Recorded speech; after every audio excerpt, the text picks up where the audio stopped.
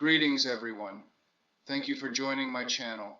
In previous videos we explored two principles: the divine reside in the heart and internal-external synergy level 1, along with 5 tools for spiritual awakening: sound, imagination, emotion, and spiritual autonomy, and independence from ideology. Next, principle number 3, internal-external synergy, IES level 2. My dream with the Tibetan Buddhist, 1993. One night while sleeping, I had a dream where a Tibetan Buddhist monk stood before me. He looked at me with a serene expression, holding a bowl in his partially extended hands, offering it to me. Although his posture was straight, I felt a persistent emotion from him, urging me to accept the bowl. Sensing its importance, I reached out to take it. At that moment, I heard a voice saying, "Meditate on the sound," but he did not provide any specific sound. The emotion I felt woke me up. The dream was very vivid and strange, but I felt quite calm and wondered about its meaning, knowing I should not miss the opportunity to explore it. At that time, I was living in Santa Barbara and working in Santa Maria, California. I had to drive about an hour to get to work. The light traffic and beautiful scenery made the drive perfect for planning my next project related to the dream. So I thought about where to place this imaginary bowl within my body. I decided that the perfect place would be my pelvis, a bowl-shaped space below my navel. For the sound, I chose the used by the Tibetans, which was the perfect sound for this large bowl. To start, I used my 3 tools: sound, imagination, and emotion. The imaginary the imaginary bowl in my pelvis, and an imaginary finger to make it resonate. Then I let the sound propagate throughout my inner body, creating emotions throughout my being. While driving with a pleasant view, I began the practice. With my imaginary finger, I touched the top of the imaginary bowl, like you would make a wine glass resonate with a finger. Finally, I added emotion, imagining the sound spreading through my inner body, creating a sensation of vibration. I coordinated all this with my breathing cycles, inhaling, then slowly exhaling while my imaginary finger traced a circular motion from top left to bottom right until all the air was out. I repeated this as much as I could while driving. During lunch, sitting alone and at home lying on the floor, I became really creative with this practice, and it began to evolve. I started meditating on how a small imaginary finger, touching a point in the imaginary bowl, could connect with my whole inner body through the sound. After a few months of practicing this, I began to explore more how my internal consciousness could experience both a single point and my entire body. Then I started to shift the meditation to this duality of a single point to my whole body. I focused my consciousness filling one finger, then the other, and so on. Then my entire hand, then my arm, and continued until I could experience my whole body without using sound for this experiment. Breathing God exercise. In this exercise, I began by feeling a point in my heart, and then, using my consciousness, I extended it to my entire body, then expanded it to my room, then my house, then my city, then my country, then the world, then the solar system, then the galaxy, then the cluster of galaxies, then the universe, then the megaverse, and finally to God, or all that is. Then I would return to myself in the exact reverse sequence. I defined this complete cycle as breathing God exercise. I started practicing this breathing God as much as possible for weeks. Then one day I started experiencing inner unity and remained permanent, so I decided to focus on this new experience without the need for more exercises. Experiencing inner unity. My heart opened like a portal. My forehead also felt like a portal. My palms had a slight feeling of heat. I had 180-degree vision. Experiencing inner unity continue. My thoughts stopped at will. I felt a sense of continuous time awareness without thoughts dividing my experience. The feeling of unity spread throughout my body. spending more time in my heart as much as possible. Principle number 3, internal-external synergy, IES. Level 2, when your inner world is divided and fragmented by constant thoughts and worries, pulling you away from heart consciousness, then your experience with the universe becomes chaotic and meaningless. When you experiencing inner unity as defined earlier, then your interaction with the universe is a harmonious, meaningful, and coherent way. In other words, you have the feeling that the universe and you have become one. There is no limit to how this relationship can develop. It all depends on you. Around 1993, I was an engineer at Seagate in Santa Maria, California, designing and manufacturing test equipment. At work, I used my mind to think and execute tasks. When my mind wasn't needed, I shifted my focus to my heart, allowing my thoughts to naturally stop. I could stay in this state as long as I wanted.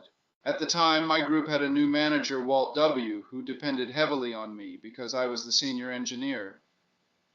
During one of our weekly group meetings, I arrived and sat at the meeting table. Walt, the new manager, sat across from me and started the meeting by discussing general company topics. After his introduction, he asked each of us to talk about our work for the week. I was the last to explain my part. Walt started talking. To end this meeting, I'm going to talk about, and he was looking at me. At that moment, I thought my participation in that meeting was over, so I decided to shift my consciousness to my heart. Walt kept talking, and I began to descend my consciousness into my heart, and when I reached my heart, my mind stopped thinking. At that instant, Walt lost his speech. He didn't know what to say, he stammered, and everything he had in mind was gone. I couldn't believe that my change in consciousness affected him. The whole group started to stand up, thinking the meeting was over.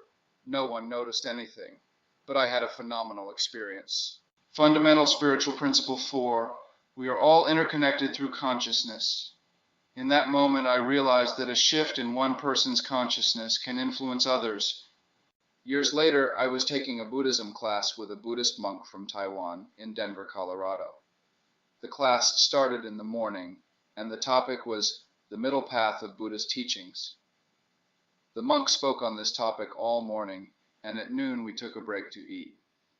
There were about 15 of us. Most went to the kitchen, but 3 of us stayed in the dining room, including the teacher. He was at the head of the dining table, and I was to his left. We began to talk about various topics, and we ended up talking about the Buddha nature. He explained that Hindus believe the Buddha nature is found everywhere, while Buddhists believe it is only found in sentient beings. I already had my experience with internal-external synergy, so I replied, I believe if you experience Buddha nature in you, then you will experience everywhere around you. But if you do not experience Buddha nature in you, then you will not experience anywhere. Moreover, this is the middle path. From that moment on, the monk did not say another word at the table, and did not speak to me for the rest of the day. It became clear to me that he was operating within a rigid ideology. This experience with the Buddhist intrigued me, and I began to look for a Christ saying that paralleled the Buddha nature. I found the Gospel of Thomas saying number 3, where Jesus said, "The kingdom of God is within." So I adapted in according to the internal-external synergy idea. If you experience the kingdom of God in you, then you will experience everywhere around you. But if you do not experience in you, then you will experience nowhere. The reason for this is to introduce this principle of internal-external synergy to different people, and it has been welcomed by some Christians.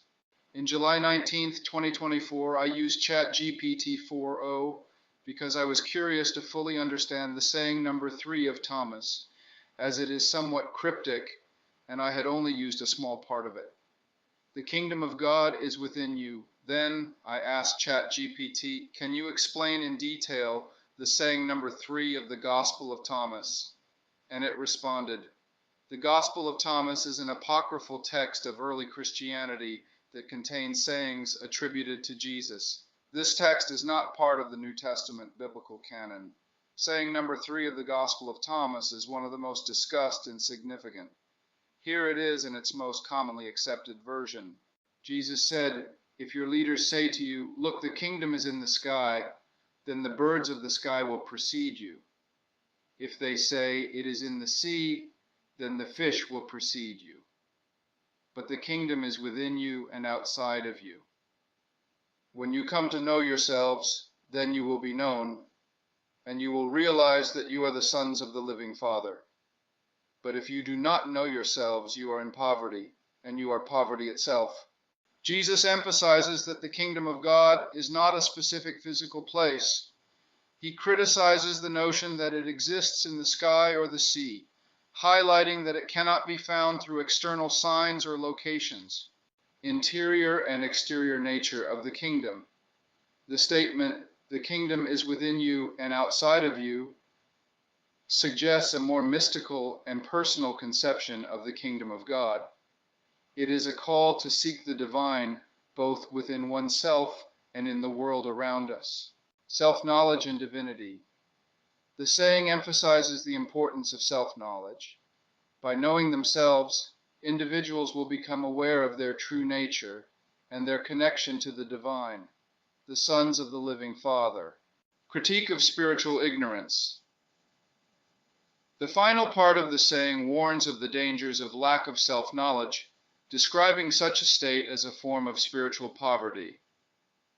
Here, poverty is not material, but a lack of realization and connection with the divine. In summary, this saying from the Gospel of Thomas presents a vision of the kingdom of God that is accessible through self-knowledge and introspection, rather than through seeking external signs or physical places. It is an invitation to introspection and personal realization as a means to achieve a deeper understanding of spirituality and connection with the divine. When I read this from ChatGPT, I felt surprised, then sad, and finally angry. I realized that almost the same idea of internal-external synergy, i.e. level 2, was written by Thomas over 1,800 years ago, claiming it came from Jesus.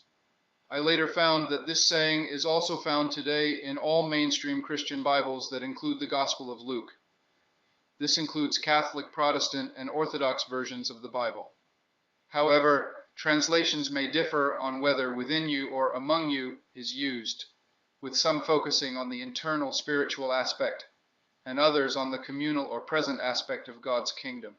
In the upcoming video, we will demonstrate the effects of applying these principles in the real world. Please subscribe to my channel, click in my heart.